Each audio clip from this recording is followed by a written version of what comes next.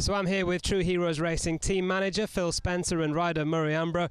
Phil, first of all, just tell us a bit about the team and what your activities are this year. We set the team up in 2012 as an opportunity for injured servicemen to get involved in competitive motorcycle racing. That's when I first met Murray and heard his story about being injured in Afghanistan, being a massive biker and wanting to get back on a bike and starting to do that on the road.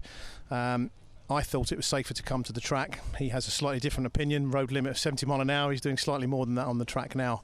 But we took that project forward and developed the concept of True Heroes Racing, where we've got injured mechanics, injured support crews, supporting the injured riders out on track. Murray, tell us a little bit about the bike and how it's been adapted. Well, basically, with motorbikes, as a lot of riders can gather, there's certain controls that are done by the feet. So we've eliminated all that and put it all up onto the handlebars.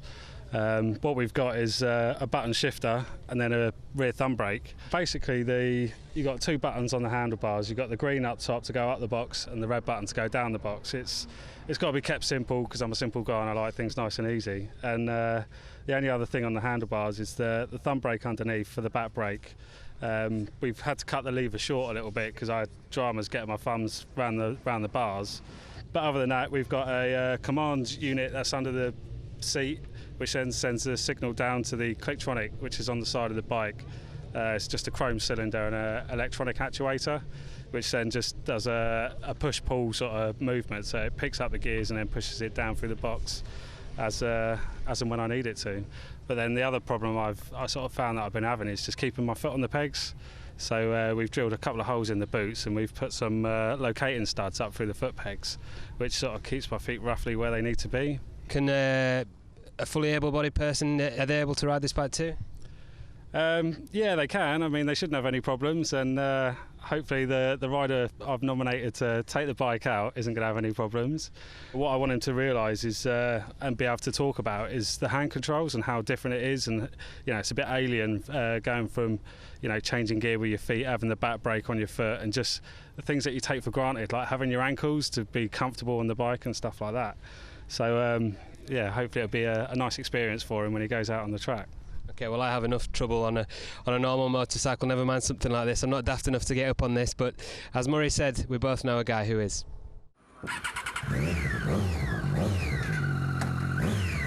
So here we go. It's unchanged. Murray's double amputee, so he can't use any of the foot controls, not the brake on his right foot or the gear lever on his left foot. So green button for up.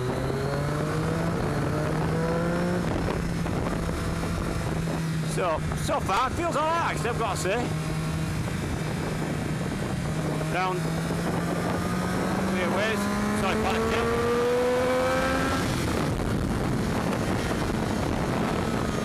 First gear for Druids. All so far so good. We're just going to do the Indy circuit.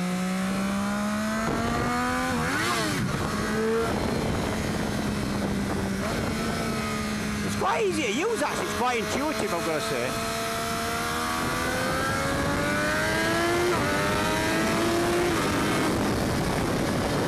It's quite easy. You've got to dip the clutch going down the box and hit the red button, and you've got to hit the green button going up the box with no clutch, because that's got a quick shifter already on it, and it's quite easy.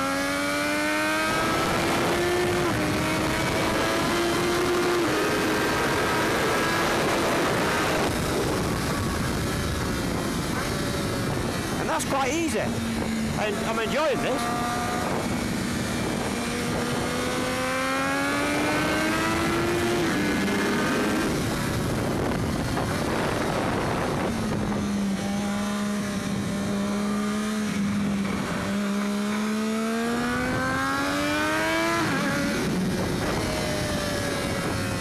I've enjoyed this, really, really good. You just got to remember what you're pressing.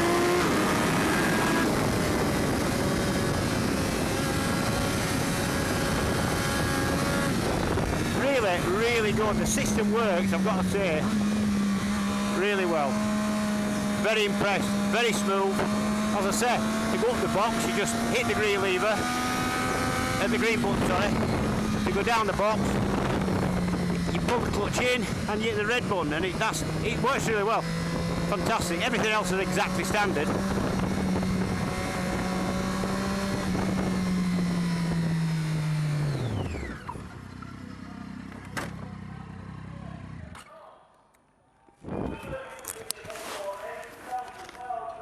Did you try keeping your feet rigid? Yeah, but I can't do it.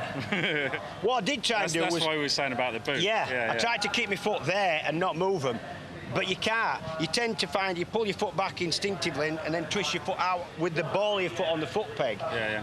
Which obviously you've no feel for that. No, exactly. And when I've got the bolts up, that's this up. Yeah. And I actually can't imagine that, because to ride a bike quick, you're doing a lot of the work with your legs, as you know. Yeah. And you got a lot of the feel with your legs, and I can't really imagine, how you kind of get around that, because everything for you is going to come from your sort of upper body. Exactly. Yeah. I mean, he's literally on the bars, so you're pushing on the bars to get the bike back up. Yeah. And when it's fast transitions, like chicanes, like fast left and right. Yeah.